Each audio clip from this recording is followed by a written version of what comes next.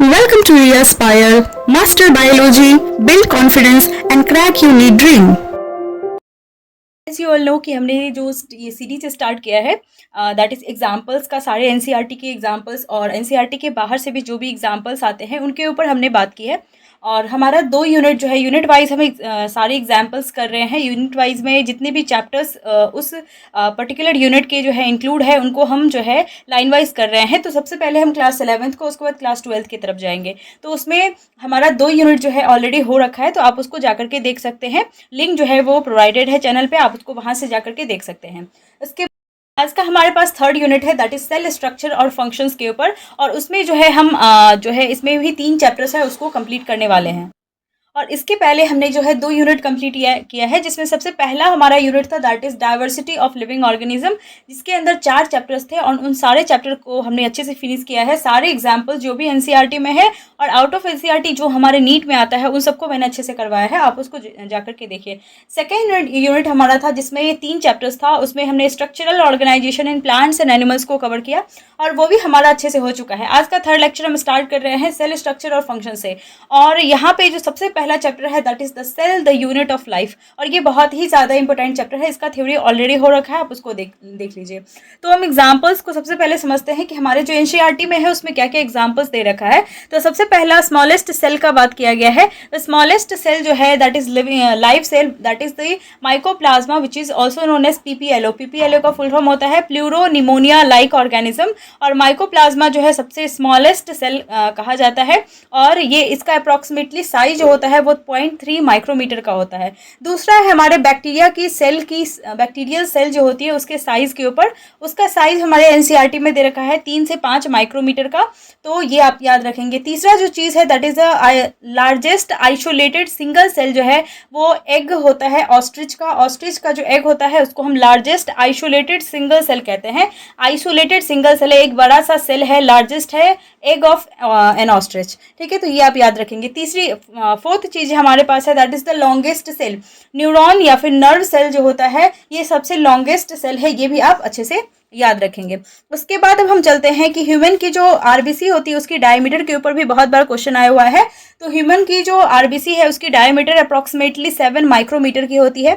इसके बाद जो यूनिसेलुलर ऑर्गेनिज्म है इसको मतलब इसका नाम आपको याद रखना है। कुछ कुछ यूनिसेलुलर ऑर्गेनिज्म जैसे कि अमीबा हो गया, पैरामीशियम, उसके बाद बैक्टीरिया, क्लमाइडोमोनास, तो ये सब क्या है, यूनिसेलुलर ऑर्गेनिज्म है। आपको नाम पता होना चाहिए क्योंकि यहाँ से डायरेक्टली क्वेश्चन आता है हमारे नीट में कि which of the following are unicellular organism. तो इसमें या तो फिर एक दे देगा या फिर बहुत सारे जो है उसमें मैच करने के लिए दे सकता है। तो यूनिसेलुलर ऑर्गेनिज्म जो है ये आपको पता होना चाहिए। उसके बाद हम बात करते हैं बैक्टीरियल शेप की ऊपर। तो बैक्टीरिया का जो शेप होता है इसके ऊपर बहुत बार क्वेश्चन आया हुआ है, ये आप अच्छे से याद रखेंगे कि बैक्टीरियल की जो शेप होती है बैक्टीरिया, उसमें 4 तरह की बैक्टीरिया की बात की गई है।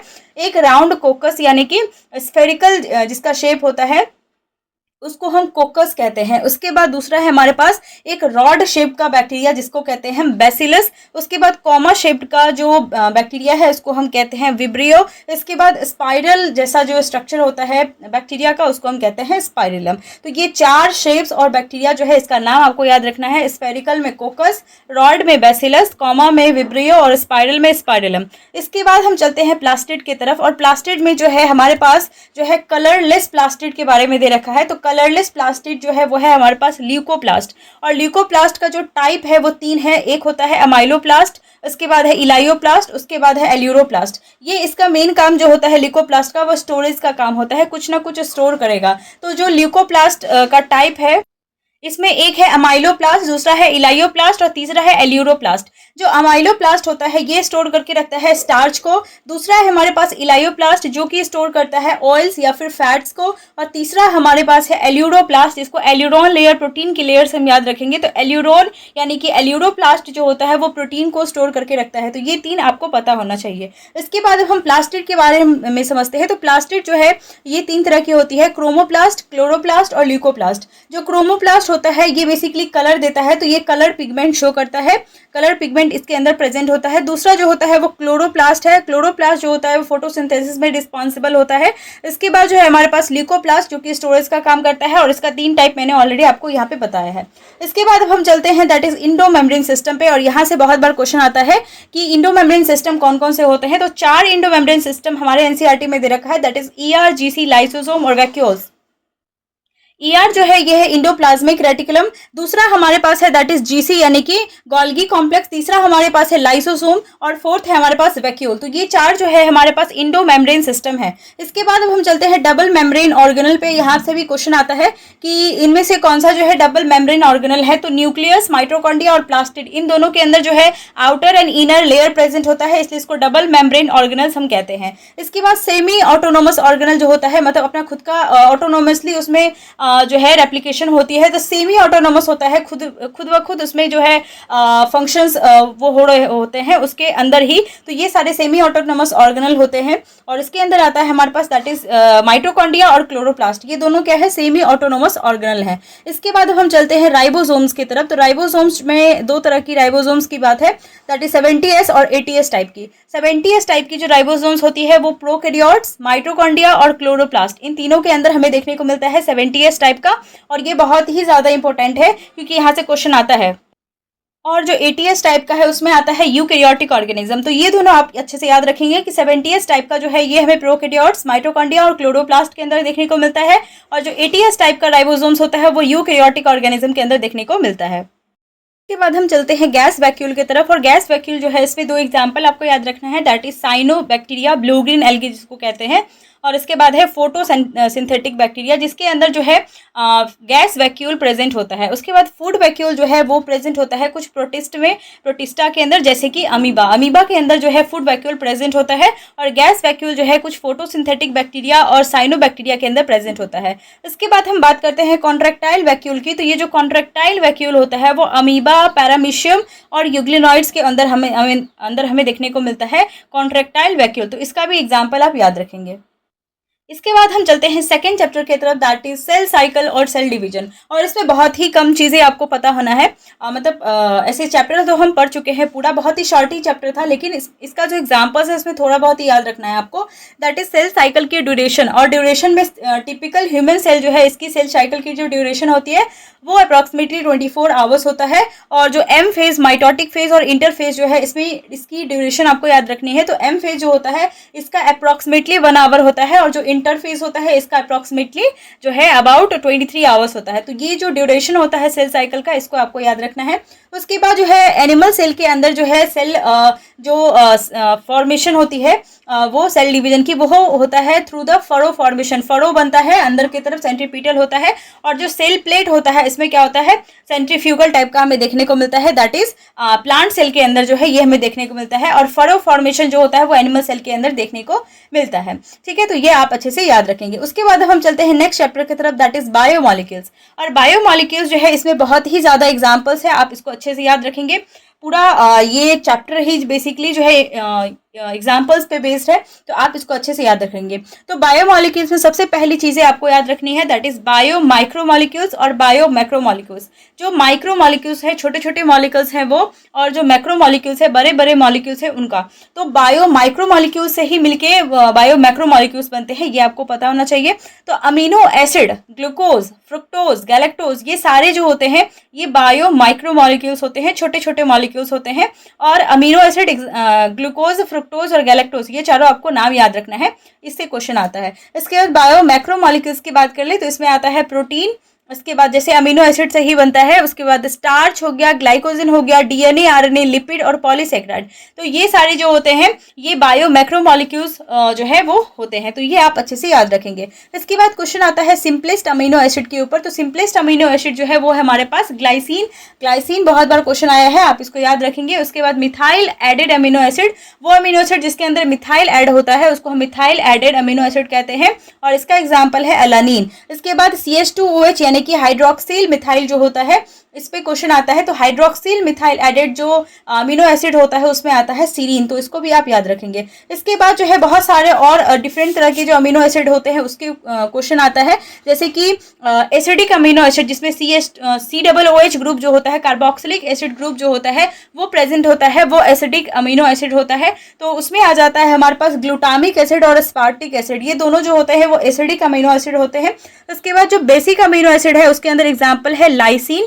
लाइसिन एक तरह का बेसिक अमीनो एसिड है। उसके बाद न्यूट्रल अमीनो एसिड जो होते हैं उसमें आता है हमारे पास वैलिन, तो वैलिन आप अच्छे से याद रखेंगे। उसके बाद है हमारे पास सल्फर कंटेनिंग जो अमीनो एसिड होते हैं जिसमें सल्फर प्रेजेंट होता है, वो उसमें आता है सिस्टीन और मिथ्योनिन। इसके बाद है हमारे पास मोस्ट इंपॉर्टेंट जो है वो यहाँ पे ये है एसेंशियल अमीनो एसिड। टोटल 8 तरीके के हमारे पास एसेंशियल अमीनो एसिड होते हैं, और ये जो एसेंशियल अमीनो एसिड्स होता है उसमें आता है हमारे पास थ्रियोनिन, इसके बाद आता है वैलिन, इसके बाद आता है tryptophan, isoleucine, leucine, lysine, phenylalanine और मिथ्योनिन।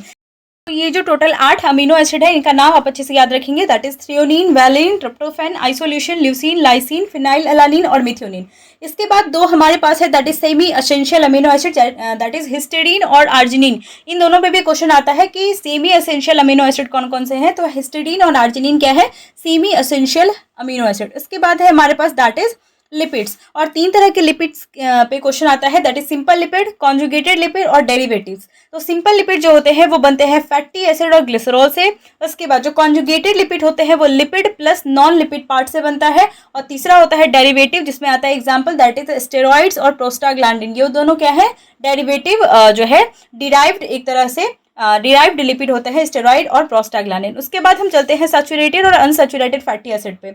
तो जो सैचुरेटेड फैटी एसिड है इसमें एग्जांपल में हम ले लेते हैं घी, और यहाँ पे जो होता है एग्जांपल आपको याद रखना है सैचुरेटेड फैटी एसिड में, दैट इज पाल्मिटिक एसिड, और पाल्मिटिक एसिड में जो है टोटल 16 कार्बन प्रेजेंट होता है। और अनसैचुरेटेड फैटी एसिड जो है इसमें एग्जांपल में याद रखेंगे एराकिडोनिक एसिड, और अनसैचुरेटेड फैटी एसिड जो होते हैं वो ऑयल्स होते हैं। एराकिडोनिक एसिड जो है टोटल 20 कार्बन प्रेजेंट होता है एराकिडोनिक एसिड में, और यहाँ से भी क्वेश्चन आया हुआ है। नेक्स्ट क्वेश्चन आता है हमारे पास दैट इज सेल कंपोजिशन के ऊपर, और यहाँ से बहुत बार क्वेश्चन आया हुआ है, तो आप इसकी कंपोजिशन को याद रखेंगे। WPNCLI से आप याद रखेंगे तो आपको याद रहेगा WPNCLI, इस ऑर्डर में याद रखेंगे तो आपको याद रहेगा कि इसका परसेंटेज कितना है और मतलब कैसे डिक्रीज होता है। तो सबसे पहले जो मैक्सिमम है वो है W यानी कि वाटर का, यानी कि 70 to 90%। उसके बाद P यानी कि प्रोटीन यानी कि 10 to 15% है। न्यूक्लिक एसिड उसके बाद आता है तीसरा रेशियो, तो वो 5 to 7% न्यूक्लिक एसिड का है। कार्बोहाइड्रेट जो है उसका 3% है, लिपिड जो है उसका 2% है, और आयंस जो होते हैं उसका 1% सेल का कंपोजिशन, मतलब किसी भी सेल की कंपोजिशन जो होती है वो इतनी होती है, water, protein, nucleic acid, carbohydrate, lipid और आयंस की कंपोजिशन। इसके बाद अब हम चलते हैं that is secondary protein, tertiary protein, मतलब प्राइमरी प्रोटीन, सेकेंडरी, टर्शरी और क्वाटरनरी, 4 तरह के प्रोटीन की जो है स्ट्रक्चर होती है।